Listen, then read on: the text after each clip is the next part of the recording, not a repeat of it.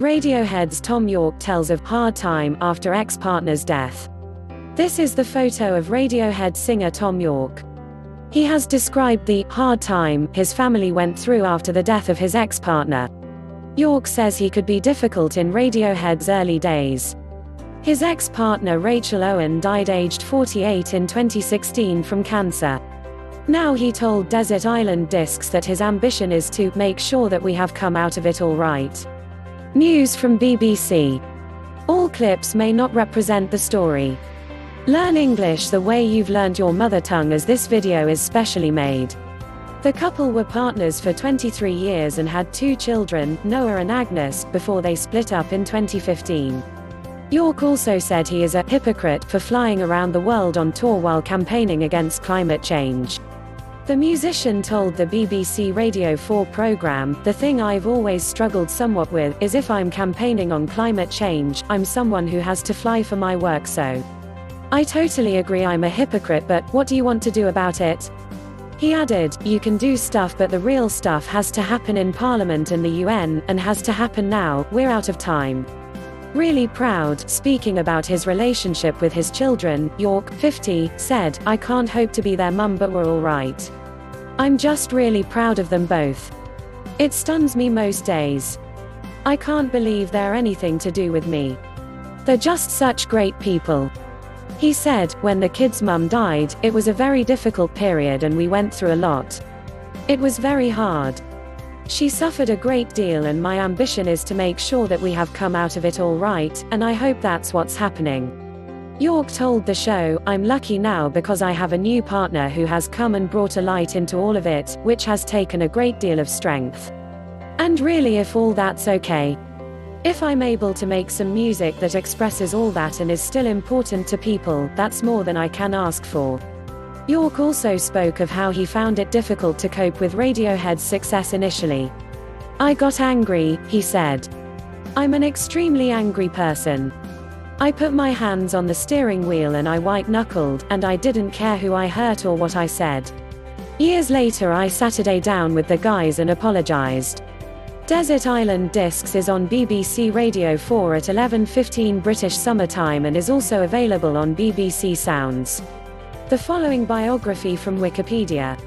Thomas Edward Yorke was born on the 7th of October 1968. He is an English musician and the singer and main songwriter of the alternative rock band Radiohead. A multi-instrumentalist, he mainly plays guitar and keys.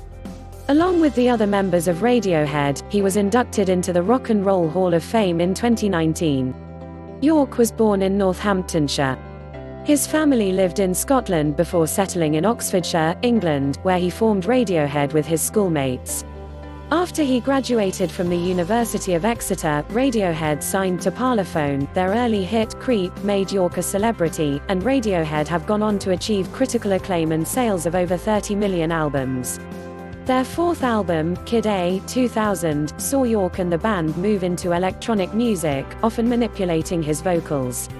Yorke's solo work comprises mainly electronic music. His debut solo album, The Eraser, was released in 2006. To perform it live, in 2009 he formed a new band, Atoms for Peace, with musicians including Red Hot Chili Peppers bassist Flea and Radiohead producer Nigel Godrich. They released an album, Amok, in 2013. Yorke's second solo album, Tomorrow's Modern Boxers, was released in 2014, followed by Anima in 2019. He has collaborated with artists including PJ Harvey, Bjork, Flying Lotus, and Mode Selector, and has composed for film and theatre. His first feature film soundtrack, Suspiria, was released in October 2018. With artist Stanley Donwood, Yorke creates artwork for Radiohead albums. He often incorporates erratic dancing into his performances. Yorke is an activist on behalf of human rights, animal rights, environmental and anti-war causes, and his lyrics incorporate political themes. He has been critical of the music industry, particularly of major labels and streaming services such as Spotify.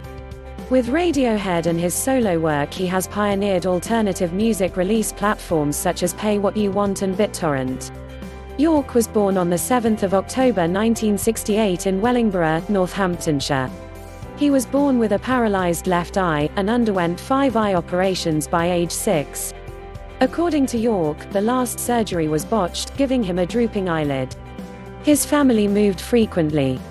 His father, a nuclear physicist and later a chemical equipment salesman, was hired by a firm in Scotland shortly after his son's birth. The family lived there until Yorke was 7, and he moved from school to school. The family settled in Oxfordshire in 1978, where Yorke attended Standlake Primary School. Yorke received his first guitar when he was 7, inspired by Queen guitarist Brian May. At 10, he made his own guitar, inspired by May's homemade Red Special. By 11, he had joined his first band and written his first song.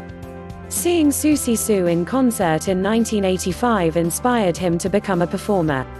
Yorke attended the boys' public school Abingdon, where he met Ed O'Brien, Philip Selway, and brothers Colin and Johnny Greenwood. The group formed a band, on a Friday, named for the only day they were allowed to rehearse.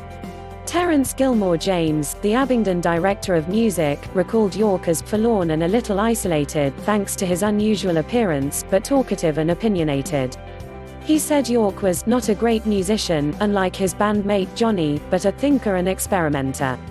After graduating, Yorke took a gap year, during which he held several jobs and was involved in a car accident that influenced the lyrics of later Radiohead songs, including the Benz B-side, Killer Cars, 1995, and Airbag from OK Computer, 1997.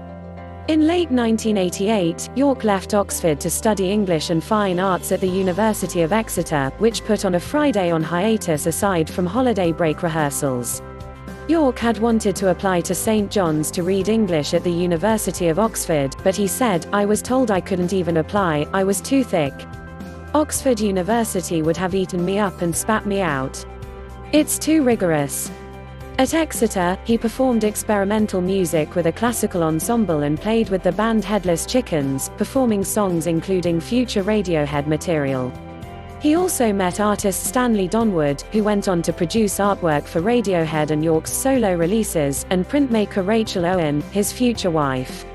On a Friday resumed activity in 1991 as most of the members were finishing their degrees. Ronan Munro, editor of the local music magazine Curfew, gave the band their first interview while they were sharing a house in Oxford. He recalled, "Tom wasn't like anyone I'd interviewed before. He was like, this is going to happen, failure is not an option." He wasn't some ranting diva or a megalomaniac, but he was so focused on what he wanted to do. Yorke is an activist on behalf of human rights, environmentalist, fair trade and anti-war causes.